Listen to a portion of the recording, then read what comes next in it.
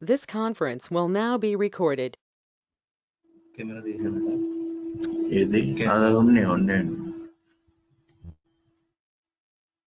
Okay, before we go ahead with the topic regarding the internal exam which is being conducted, general surgery exam on 26th, right? 26th you have general surgery exam. So there are two parts, orthopedics and general surgery. Hello, can you hear me? Yes, sir. All of you? Yeah. Yes, sir. Yeah, very clear instructions. You write ortho in ortho paper, part B or this thing, part A, part B, you label separately. Before itself you check. Don't write ortho questions here in general surgery paper and general surgery in that and then mix and write separately. Orthopedics you write separately and general surgery you write separate paper. Then at the end you upload, send these to the department address you will be given. General surgery department address will receive all the general surgery answer papers, and orthopedics will receive all the orthopedics. So post exam you will have 5 minutes. If so, since two papers need to be uploaded, if you need a little more time, so another 3 minutes or something, you take permission from principal's office, and then because medicine it's going to be only one paper, no, all the others only one paper, whereas general surgery you have two papers to upload, right? Two papers, right? Yes, sir. Yeah, if you need little extra time, you please take permission. So but please upload general surgery papers to general surgery and orthopedics papers to orthopedics. Okay, so coming to this class, we'll discuss about the remaining swellings and all these short notes, maybe 4 marks questions, 2 marks questions, and all these things. So let us discuss about these swellings. Sebaceous cyst.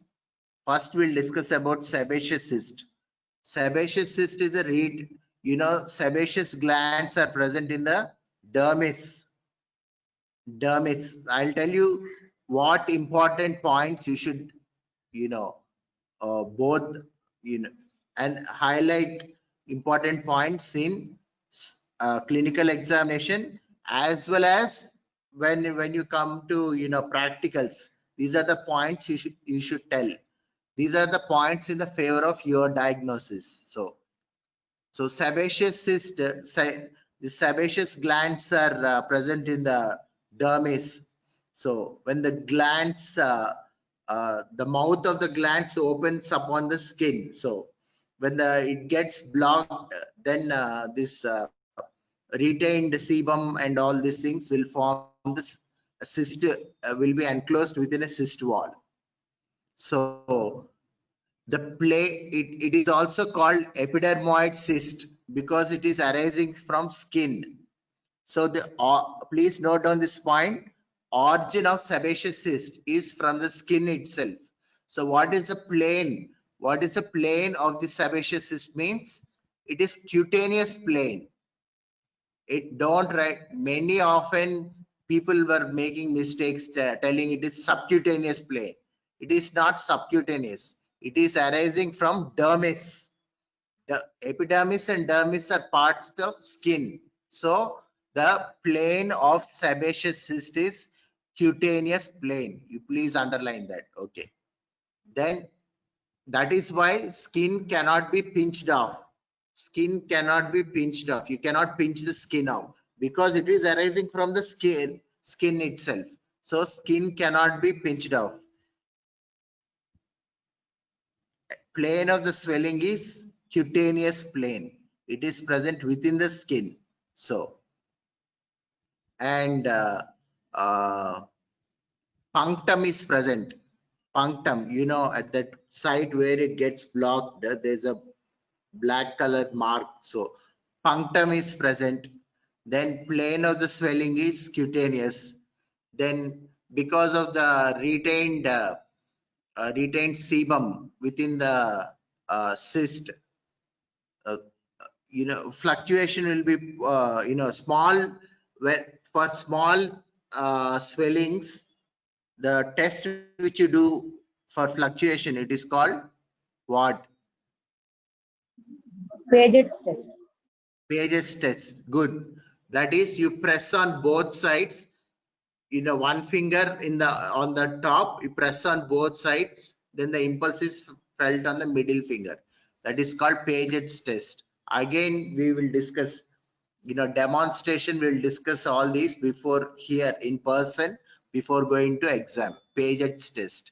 So fluctuation is positive due to the material present inside, but it is not transilluminant, and it is you know, always when the swelling is cystic in consistency only, then we'll go for immediately when you say cystic in consistency. Cystic in, that means mostly filled with fluid or liquid matter. So cystic in consistency, next followed by fluctuation and transillumination. So always cystic in consistency is followed by fluctuation and transillumination.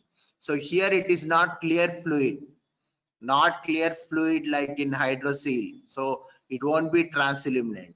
So fluctuation test will be positive. Swelling is small, you use Paget's test to elicit fluctuation. So punctum is present, and I want everyone to write down these 2 points which I'm going to tell now. Peculiar to sebaceous cyst. Peculiar to sebaceous cyst. So these 2 points are sign of indentation, indent, D-E-N-T, sign of indentation, and sign of molding, M-O-U-L-D-I-N-G, molding. So sign of indentation and sign of molding are positive for sebaceous cyst. What is the sign of indentation? So dent, when you hit something, you know, like your car or your other some vehicle hits another vehicle, then a dent is formed there. So like that here, when you press here, when you press, then a dent will be formed because of the material inside. So this is called sign of indentation. A dent will be formed, sign of indentation. And because of the material inside, you can mold it. You can mold it into little different shape. Suppose cyst is large and it has so much retained sebum and all this. So you can mold it. So molding means like you know, wet clay if you take, you can mold it into different shapes. So like that, sign of molding and sign of indentation are peculiar to sebaceous cyst, and plane of the sebaceous cyst is cutaneous plane. So these are all points in favor of sebaceous cyst. Oh, complications of sebaceous cyst: ulceration, it can get ulcerated, infection first, it can get infected, then that can rupture, it can form ulceration. Then sebaceous horn, you see Bailey and Love, that introduction, there will be a lady picture with the retained you know, that sebaceous form, sebaceous material which will form like a horn.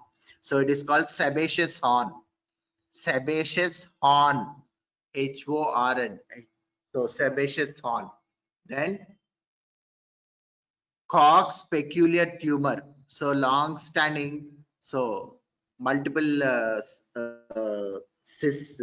So it can turn into a Cox peculiar tumor. Cox peculiar tumor. So all that, suppose it gets infected, ulcerated, then granulomatous reaction, everything. So it can form Cox peculiar tumor.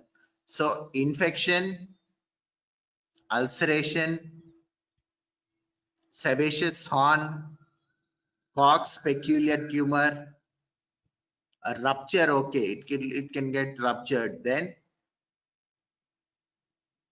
long standing sebaceous cysts, basal cell carcinoma can arise. Basal cell carcinoma can arise from long standing,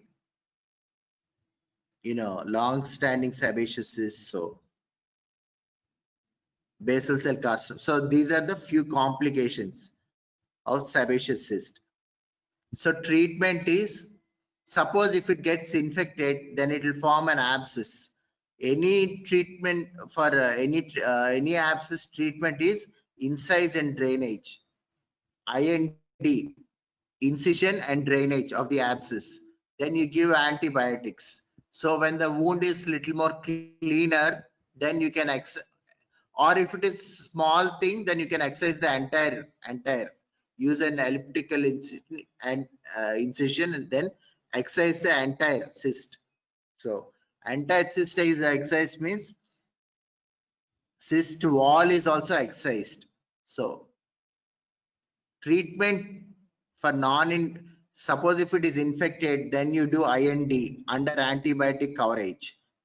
Give antibiotics, incise and drain the pus, then wait for the wound to turn clean.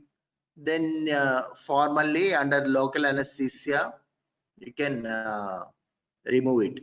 Or you can do this whole thing, but at once. But there is chance for the wound to get infected. So, and especially if the antibiotics are not given. So that is for infected sebaceous cyst.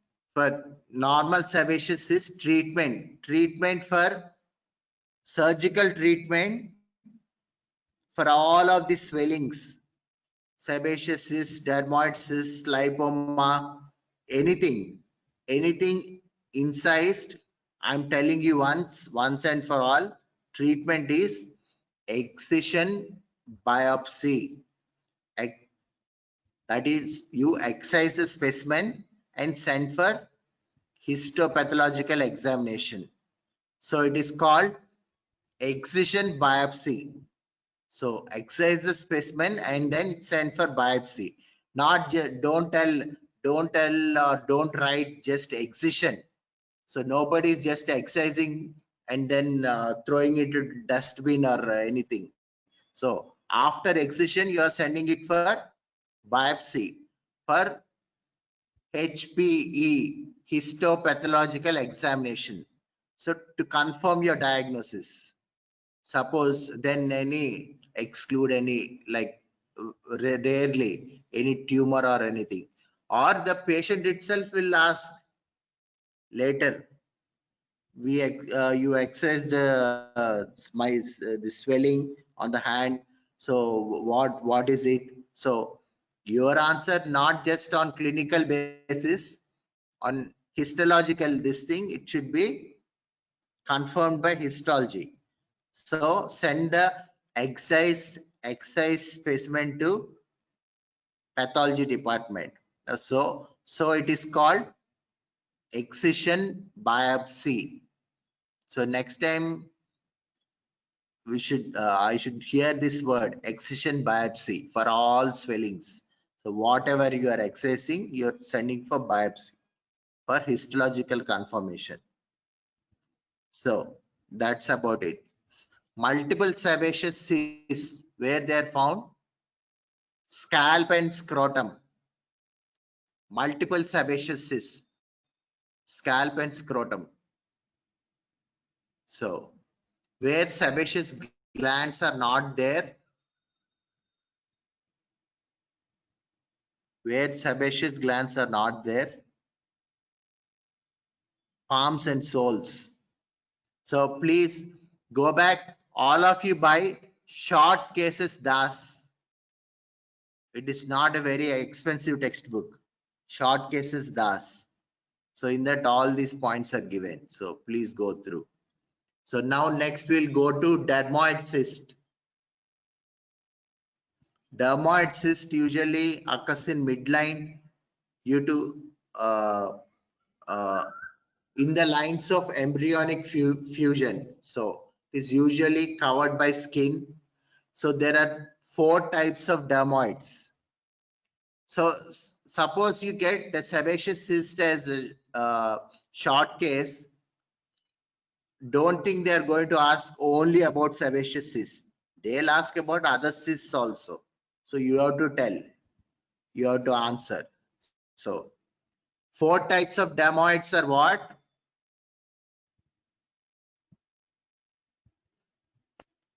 Sequestration dermoid, implantation dermoid, Implantation dermoid, good. Then Tubular epidermoid. tubular Epidermoid and tubular dermoid, epidermoid. tubular acquired dermoid, dermoid, and no acquired dermoid. So acquired is implantation. implantation. Okay, teratoma. 4th one is teratoma, teratomatous cyst. So first one, sequestration dermoid. Sequestration dermoid. Then second one, implantation dermoid. Third one, tubular dermoid. Then 4th one, teratoma. So let's go to sequestration dermoid. Sequestration dermoid along usually in the midline, along the lines of embryonic fusion. So, and also, but there can be some other positions, it can vary. Outer canthus, post auricular, post behind the ear, post auricular dermoid. That is one of the commonest place for sequestration dermoid. So these are all the examples. So in the midline or in the scalp, then anywhere in the face, outer canthus, then post auricular dermoid. So dermoids is like this sequestration dermoid. If you are suspecting, then you should take an X-ray, especially on the scalp. See if there is any indentation to the bone. No bony indentation, then you can excise and send for biopsy. So read about the sites of sequestration dermoid. Already 3-4 I told you. Post auricular dermoid is one of the commonest. So these are the sequestration dermoids. So the next is implantation dermoid. Implantation dermoid. Implantation dermoid usually occurs in palms, in fingers, and soles. So mostly here what happens in the palms and all, like in occupations, tailors and other people, mostly due to trauma, like tailors is stitching, due to repeated trauma, what happens, the needle will pierce the skin and drive the epithelium deep inside, beneath the dermis or even further. So that is how, due to trauma, implantation dermoid can occur. Usually seen in tailors, barbers also you can sometimes get. So repeated trauma where epithelium is driven into deeper dermis or even deeper. So this is called implantation dermoid. Mostly palms and soles. So Treatment is excision biopsy. Excise the specimen and send for biopsy. So that is implantation dermoid.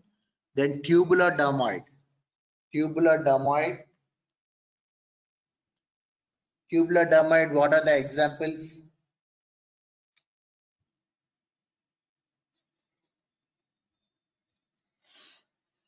Tubular dermoid. Take down these are the Sinus. thyroglossal cyst. Thyroglossal cyst, postanal dermoid, and ependymal cyst of the brain. These three you are supposed to mention. This is not given in the main das. It is given in the other short cases. So one of the when we deal with thyroglossal cyst, I'll tell you later. Thyroglossal cyst, the tract, this tubular dermoids they will arise due to obliteration is not complete of congenital tract, like this thyroglossal cyst that can base the tract arises from base of the tongue, foramen cecum, to almost beneath the hyoid. So along the tract somewhere you can, subhyoid is one of the commonest regions for the cyst to occur. Thyroglossal.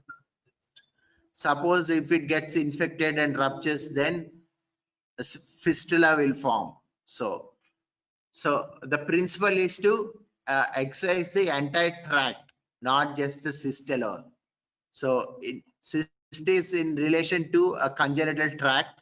So you have to trace the tract and excise the entire thing. So thyroglossal cyst, okay, you need general anesthesia, not under local, okay. And it will pass through the mid of the hyoid bone. So even that, so you have to cut the mid section of the hyoid bone to remove the tract. So this surgery is known as cyst trunk, SISTRUNK. So if they ask as short notes thyroglossal cyst, then you can write, or 4 marks. So read up. So that is thyroglossal cyst, then ependymal cyst of the brain, then postanal dermoid. So fourth one, dermoid cyst is teratoma. Teratoma, you can get ovarian teratoma, testicular teratoma, then any mediastinal cyst, retroperitoneal cyst. So different types of teratomas you write. So that is about dermoid cyst. So anything you excise, treatment, surgical treatment is excision biopsy. Excise the specimen and send for histopathological examination, HPE. So to confirm your diagnosis. So next, let's go to lipoma. Lipoma definition you clearly know. Lipoma is a benign tumor. Lipoma is a benign tumor made up of mature fat cells. Anybody has any other definition? Feel free to tell. Lipoma means it's a benign tumor made up of mature fat cells. Mature fat cells or adipocytes. Any other definitions you know? As far as you know, this is the definition. So benign tumor made up of mature fat cells.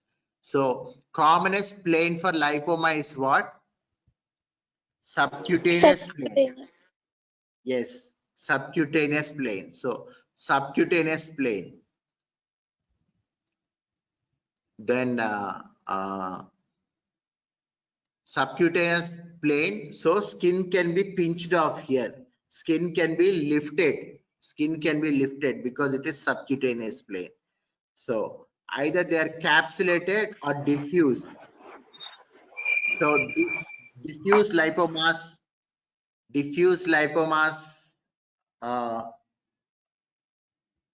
occurring all over the body. The disease is known as Dercum's disease. DRCUEM. So Dercum's disease. Dercum's disease, multiple, usually not capsulated, diffuse lipomas are seen. Diffuse lipomas are seen, and some are painful. So multiple lipomatosis. So if the patient comes and what advice your surgical, they want surgery, what lipomas you're going to remove. So you should note down these points, which are symptomatic. Symptomatic means which are anything which is painful. Number one, anything which is painful. Then second one, interfering with the normal functions. Suppose it is present near the joint or somewhere, then or prone for repeated trauma. So making the everyday activities uncomfortable. So that kind of lipomas you can excise. Then lipomas turning large, then any suspicious of liposarcoma getting very suddenly it's becoming large. So those you can excise. Then cosmesis occurring on the face and exposed parts like hands. So all these things for cosmetic reasons. So those lipomas you can excise. So different planes of lipomas, different planes other than subcutaneous. Quickly I'll tell you, there are many planes. Please, each of you should be able to tell at least 5-6 planes. Submucous, subserous, subsynovial, intraarticular, interarticular. Intramuscular. Tell what is it? Intramuscular, intermuscular. Yeah, intramuscular, intermuscular, intraglandular. So all these things. So submucosal lipoma, please remember these points. Complications if they ask, then you can mention, or even otherwise you just mention submucosal in the mucosa, not in the oral mucosa, but in the intestinal mucosa. It can lead to intussusception. Intussusception is the complication for submucosal lipoma, because it forms a nidus, I mean not nidus, a point where intussusception can occur. Intussusception. Okay, we'll learn it is a type of bowel obstruction. It can lead to gangrene and all that. So even otherwise, incidentally you find out that there is a lipoma present in the intestine somewhere, submucosal lipoma. Better to remove it electively than wait for a complication to occur. So wait and watch. It is a big lipoma. It is prone to form intussusception, cause bowel obstruction and complications. So you can remove it. Submucosal lipoma. Okay. Retroperitoneal lipomas. Retroperitoneal lipomas. Very important. Retroperitoneal liposarcomas can occur de novo. De novo. Small d, e, d, novo vivo. That means not turning lipoma, not turning into malignancy, but liposarcoma itself occurring in the retroperitoneal plain, you can get liposarcomas as de novo, but also malignancy, retroperitoneal swellings, malignancy, malignant changes, malignant formation is more common. So if somebody asks which plane lipomas you are going to monitor regularly, so you tell retroperitoneal. And how do you monitor? Since it is retroperitoneum, ultrasound you can use for peritoneal. So retroperitoneal, CT or MRI you can use. So suspicious changes like sarcomatous changes, that something means. So okay, nowadays they're telling that retroperitoneal transformation is very rare. That de novo liposarcomas are only arising. But anything it is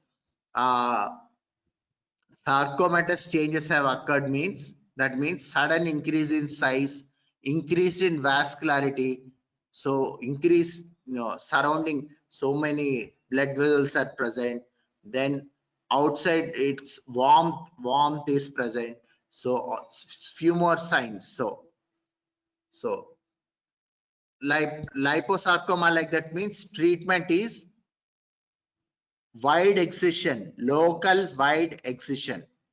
Otherwise, just lipoma, excision biopsy. Okay, there also you'll send for biopsy, but any suspicious of malignancy means you'll do wide excision, not simple excision, wide excision. So wide excision and biopsy. Whereas lipoma here, excision biopsy. So what are the complications of lipoma? Same lipoma, saponification, calcification. No, don't tell infection. Lipomas don't get infected. Intussusception. That is okay. Calcification. Intussusception is submucosal. Mention not for all lipomas. Only submucosal lipomas can go in for intussusception. So saponification, calcification, then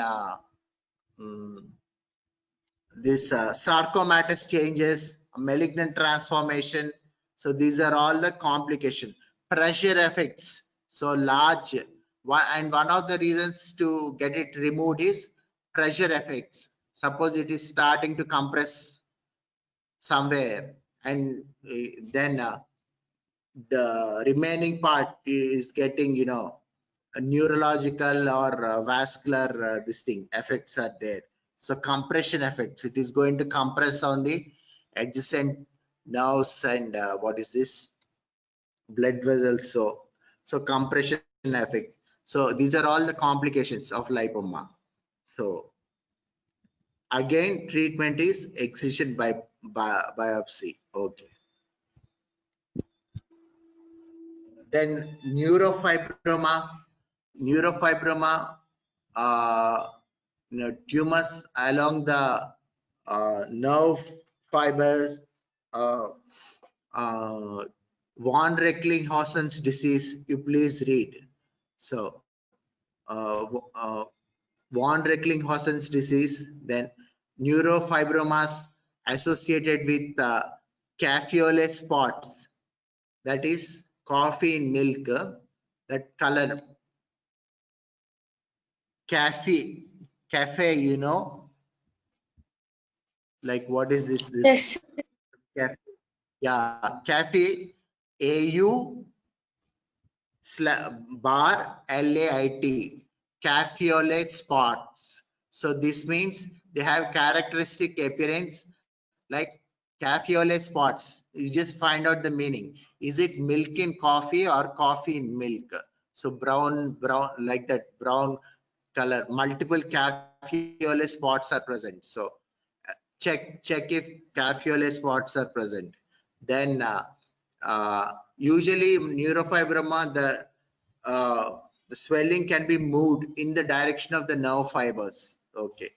Then you should treatment is usually excision biopsy. You should be able to excise without causing any residual nerve damage to the nerve. So that one. And different types of neurofibromas, you please read that big lipoma on the face occupying the entire region, that will lead resection and usually flap surgeries to cover it. It is called plexiform neurofibroma. So plexiform neurofibroma. So so these are all the points. Please go through short cases thus, and then write about the relevant ones. Okay, next we'll go on to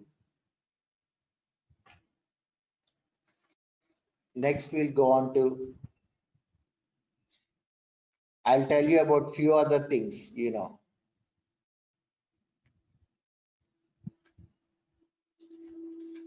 What is carbuncle? What is carbuncle? C-A-R-B-U-N-C-L-E. What is carbuncle? It's a spreading gangrenous infection of skin, Yes. subcutaneous tissue, and Yes. kidney. It is a type of infective gangrene occurring on the nape of the neck, usually occurring on the nape of the neck in diabetic patients. So do not write, many often I've seen people writing it is an just infection. It is not just microbial infection. It is infective gangrene. That word should be there. Infective gangrene. If you are not writing infective gangrene, then you won't get marks. Half the marks are gone.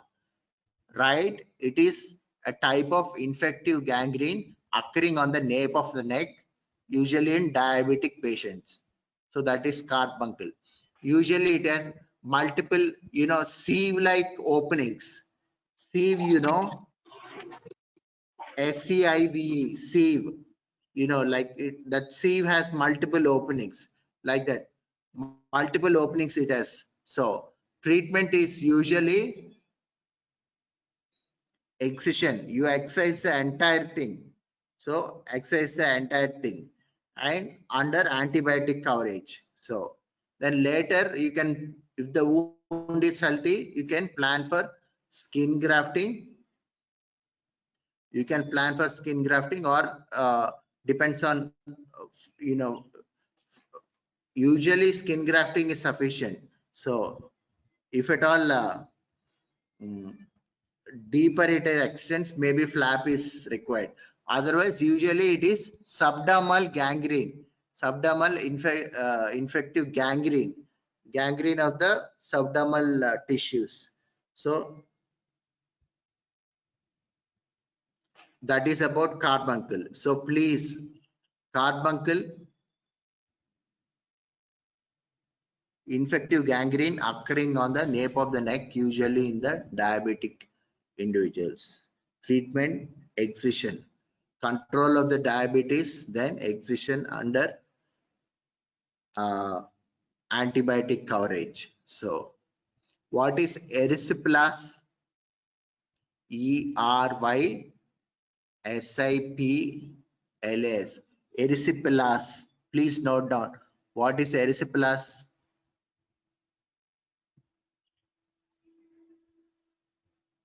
It is a streptococcal infection with red indurated margin.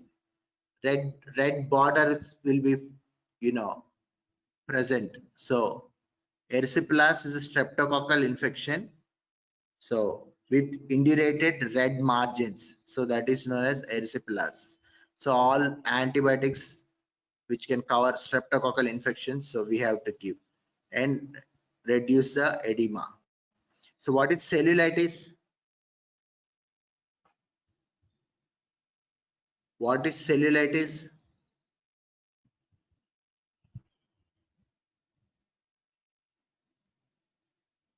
Non-suppurative infection of skin and subcutaneous tissue.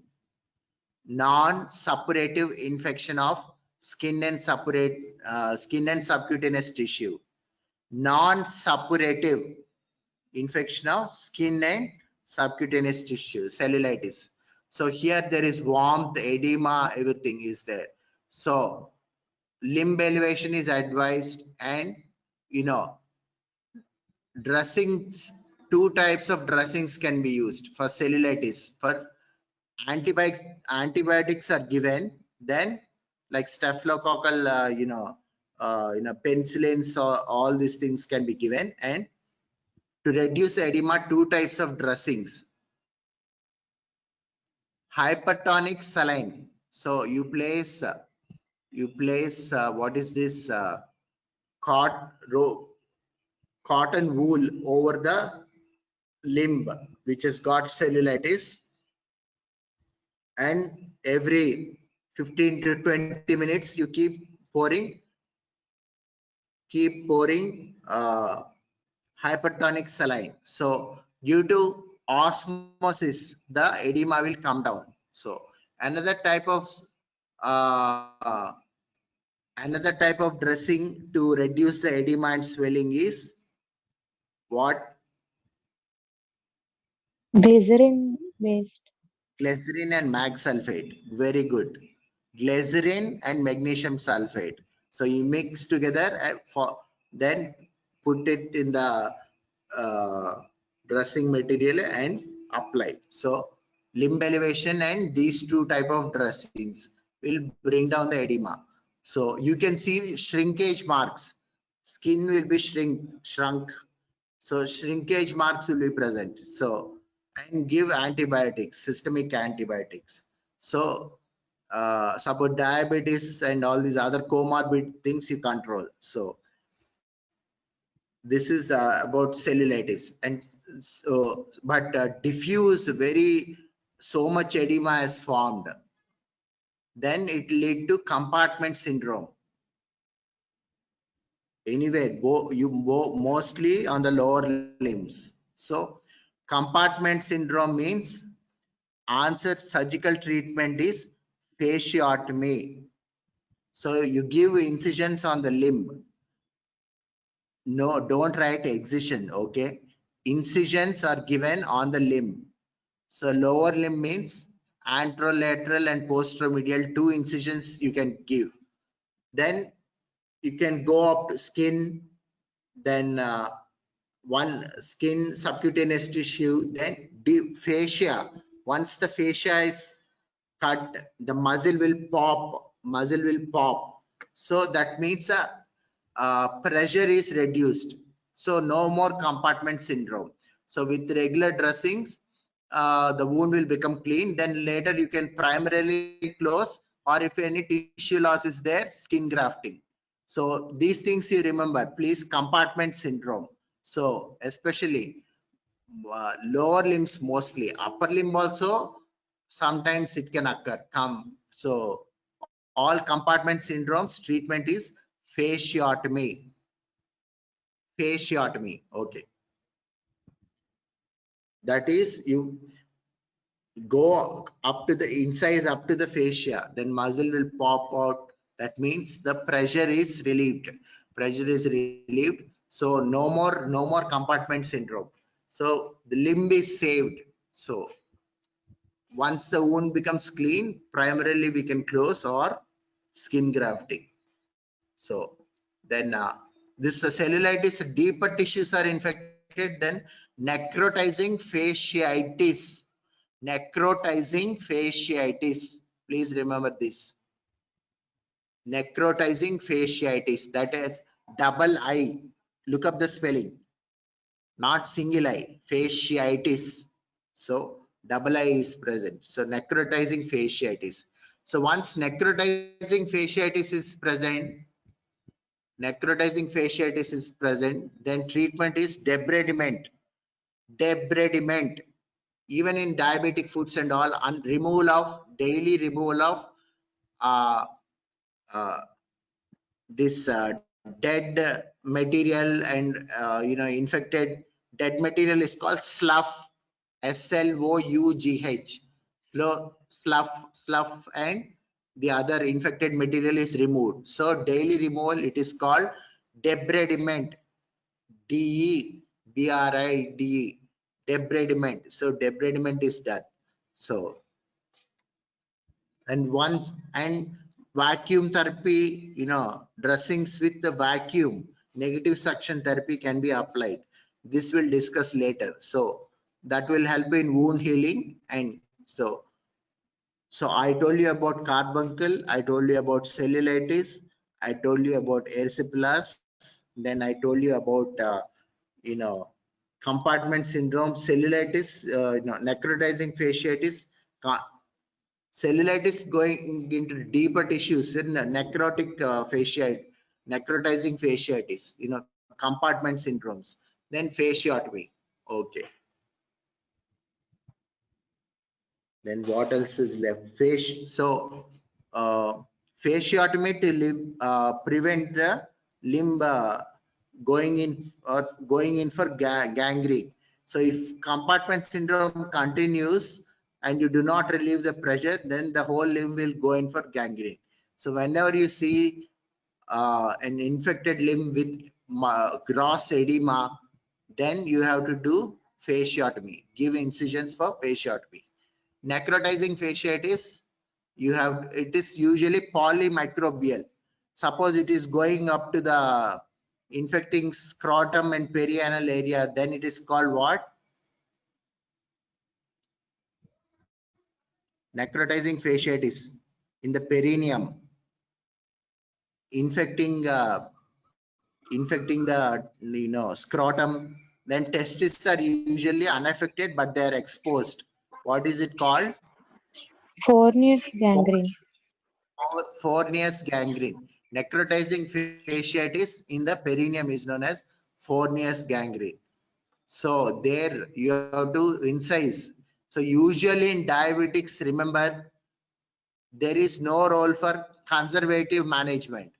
So today you see some amount of necrotic, infected tissue. Excise, today's debridement, you do it. Otherwise, tomorrow it will spread and it will become larger. So there is no role for conservative treatment in diabetes.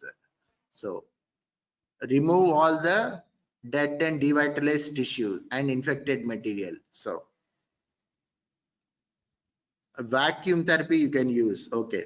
Necrotizing fasciitis, there in Fournier's gangrene. Suppose the testes are exposed, then a severe skin loss is there. Those testes are implanted in the thighs. So if healthy. So what else? Ulcers, few points I'll tell you. Ulcers classification, please tell me. Classification of ulcers, anybody?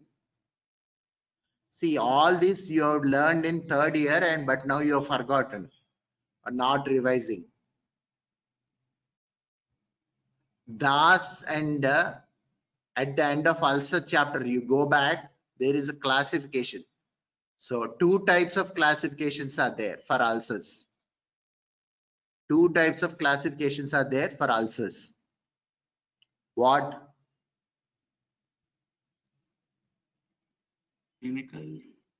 Clinical classification. Healing ulcer, spreading ulcer, and healing ulcer, spreading ulcer, and callosity. Has formed callosity. So please go back and read. This is one classification. So this is called clinical classification. Healing ulcer, that is healing ulcer, edge is slopy, good granulation tissue is present. So healing ulcer. And spreading ulcer, edges is not slopy, it is spreading and it is filled with slough and infected granulation tissue. So that is spreading ulcer. Then callosity has formed. So then another type of ulcer, please go back and read. All of you, this is the time to read. The other classification is called pathological classification. specific ulcers, non-specific ulcers, and malignant ulcers.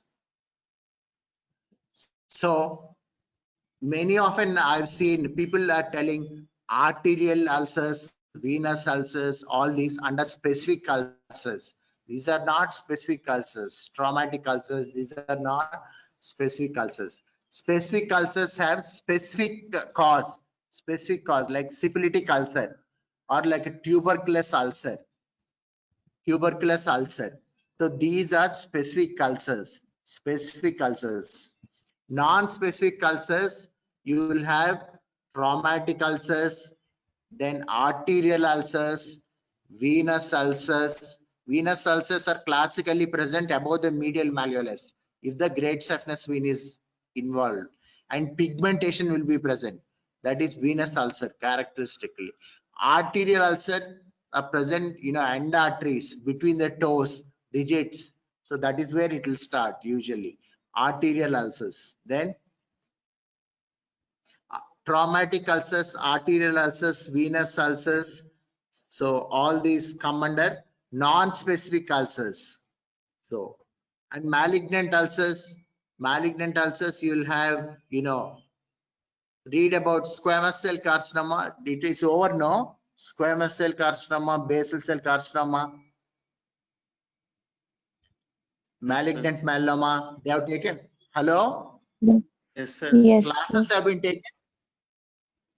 Yes or no? Yes, sir. Okay, these are important.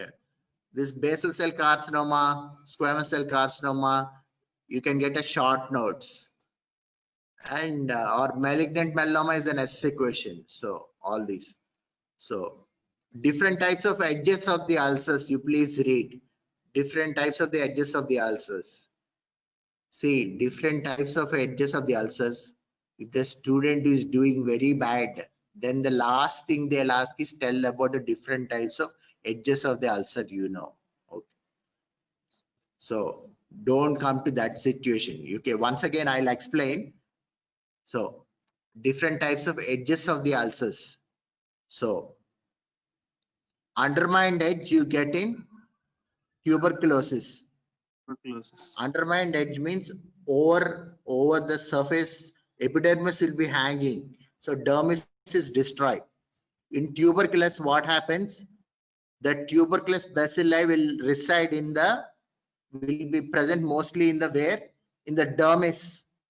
So dermis is destroyed faster than epidermis. So epidermis will be hanging like that, but you have to, trim the ulcer properly to note the exact this thing. Remove that epidermis and then assess the ulcer. So why the tuberculous bacilli reside in the dermis and not epidermis? In least resistant areas, it will try to grow. No, it is okay, and also it is much cooler there, dermis, than on epidermis. So it lies in the dermis and destroys the dermis faster than the epidermis. So that is a tuberculous ulcer. So that is one edge in the tuberculous ulcer. Then the second one, syphilis ulcer. What do you get? Punched out ulcer. Punched out edges you get. So here undermined edge you get in tuberculosis. Punched out edge means epidermis and dermis are destroyed at the both level. So where do you get that? Punched out ulcers on pressure source and gummatous ulcers and pressure source. So where are the pressure source? So when you lie down, where is the pressure? On the buttocks, on the heel of the great toe. So that is where when you are lying down. When you are standing, where is the pressure? Where is the pressure?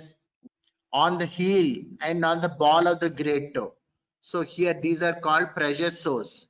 So here in this pressure sores, skin and subcutaneous tissue are destroyed at the same level. So you get punched out edges like a punching machine, like punching machine. So like that.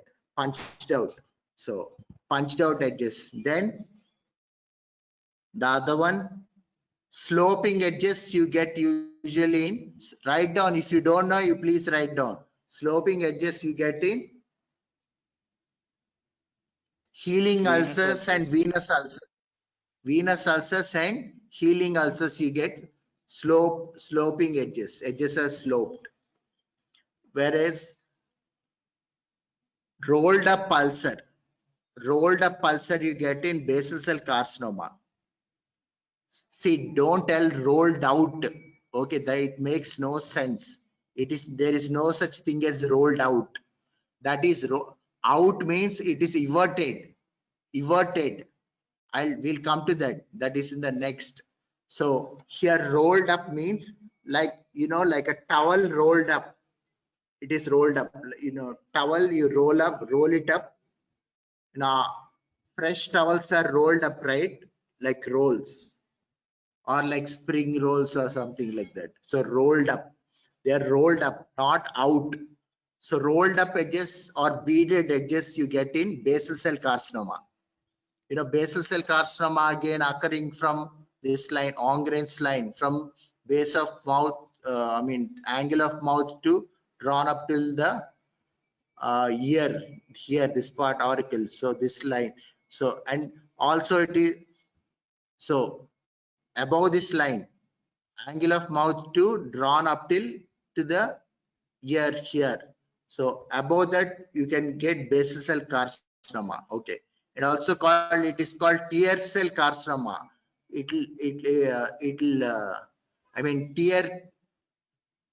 Tears along the region which they fall, there also you can get, like, outer inner canthus, here the nasolabial fold. So all this. So this here in basal cell carcinoma, characteristic rolled up edges you get.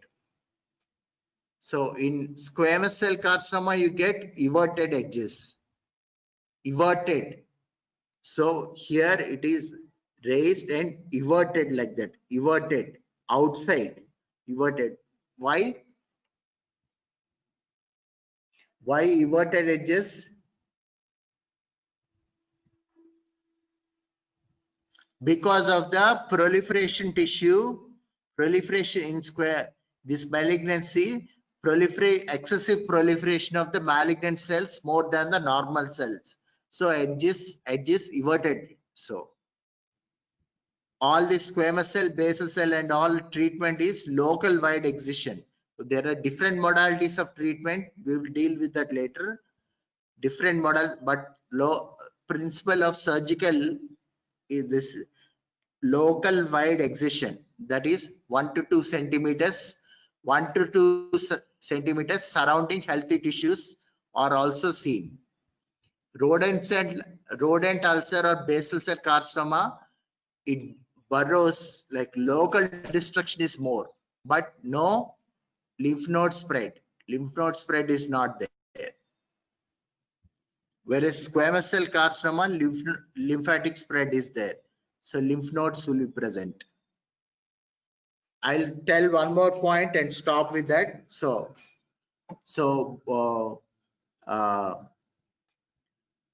superficial infections, what is watershed line? Watershed line when it comes to lymphatics. See, you draw a line around the mid of the umbilicus. From horizontally, you draw a line from the mid of the umbilicus.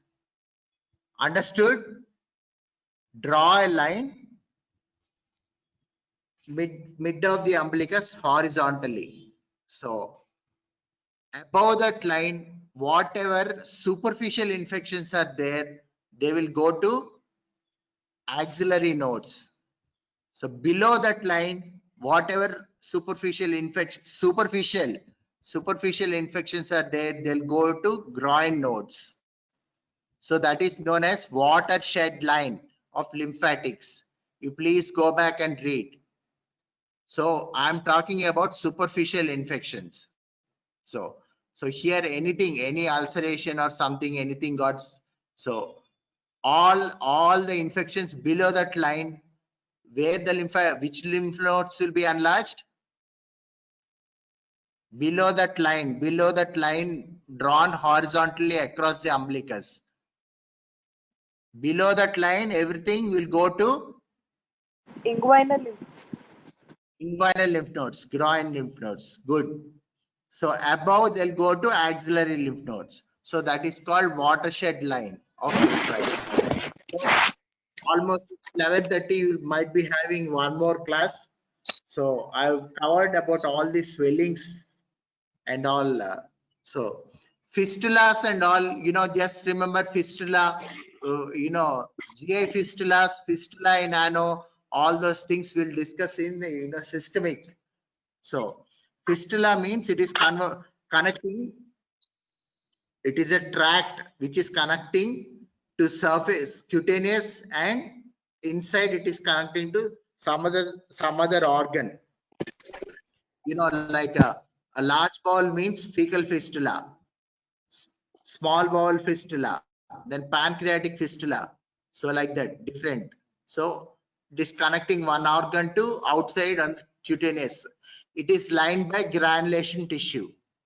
So this is fistula tract.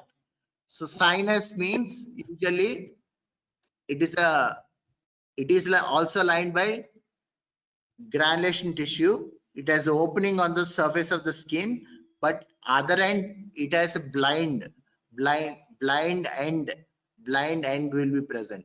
That is known as sinus. Whereas fistula again will deal extensively. Fistula in ano and GI fistulas, treatment and all, will deal with them later. Class rep, you please give the attendance. Class rep, Yes, sir. please give the attendance to the department clerk. So I Yes. hope I'm very clear about the important points I told you today.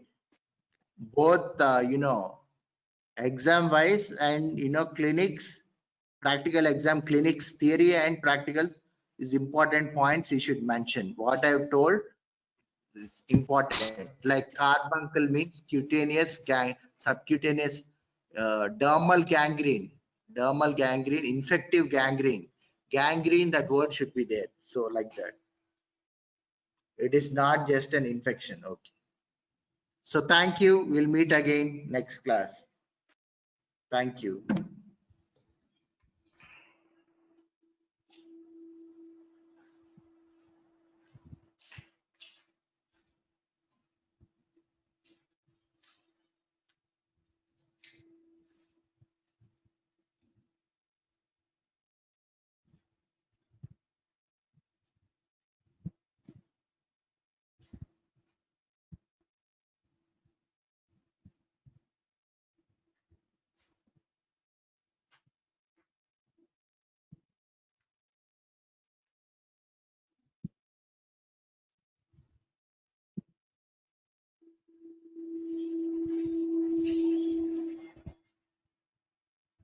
I think